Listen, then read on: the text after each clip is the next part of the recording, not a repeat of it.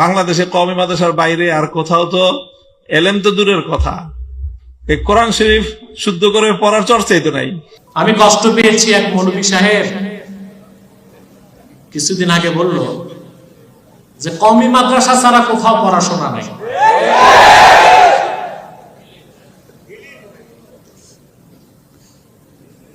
আমি তাদেরকে বলবো যে না, অবশ্যই কওমি মাদ্রাসা ইলমের মূল ধারাটাকে ধরে রেখেছে। আগে যে ওল্ড স্কিম আলিয়া মাদ্রাসা ছিল, তার নেসাব আর কওমির নেসাবে কোনো পার্থক্য ছিল না। আলিয়া পৃথিবীর বিখ্যাত বিখ্যাত আলেম তৈরি করছে। সারা বাংলাদেশের কওমি মাদ্রাসায় ইফতা বিভাগে কওয়াইদুল ফিকহ পড়ানো হয়। এটা লেখাকার আমিউল এহসান মুজাদ্দিদি। বাইতুল মুকাররমের ইতিহাসে এইরকম বিশ্বমানের কোন খতিব আজ পর্যন্ত আর আসে নাই। সৈয়দ আমিউল এহসান মুজাদ্দিদি রাহমাতুল্লাহ কলকাতা আলিয়ার ছাত্র, পরবর্তীতে কলকাতা আলিয়ার শিক্ষক, পরে ঢাকা আলিয়ার শিক্ষক, পরে বাইতুল মুকাররমের খতিব। কওয়াইদুল ফিকহ তার লেখা, এটা দেওবন্দ পড়ানো হয়। আলিয়া মাদ্রাসাতে অনেক বড় বড় আলেম তৈরি হয়েছে, হয়েছে না?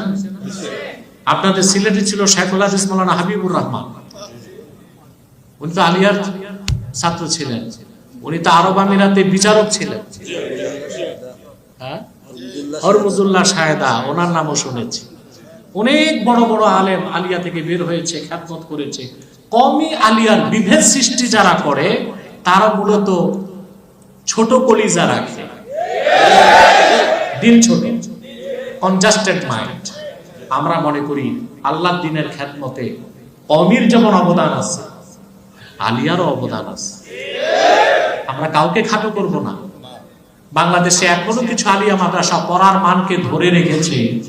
যে মৌলভী সাহেব কটাক্ষ করছে, আমার মনে হয় 1 ঘন্টা ক্লাস নিতে পারবে না। এগুলো বলবেন না, এগুলো করবেন না। আলিয়াকে কিভাবে বাদ দিবেন? আলিয়া মাদ্রাসার সাথে সংশ্লিষ্ট আছে দেশের 2.5 কোটি মানুষ। কত? এসব বাদ দিয়ে আপনি কি করবেন? লাগবে ইলমে দ্বীনের ব্যাপক খ্যাতমত। দারসে নিজামি কমিতে হচ্ছে, এটা তো অনস্বীকার্য।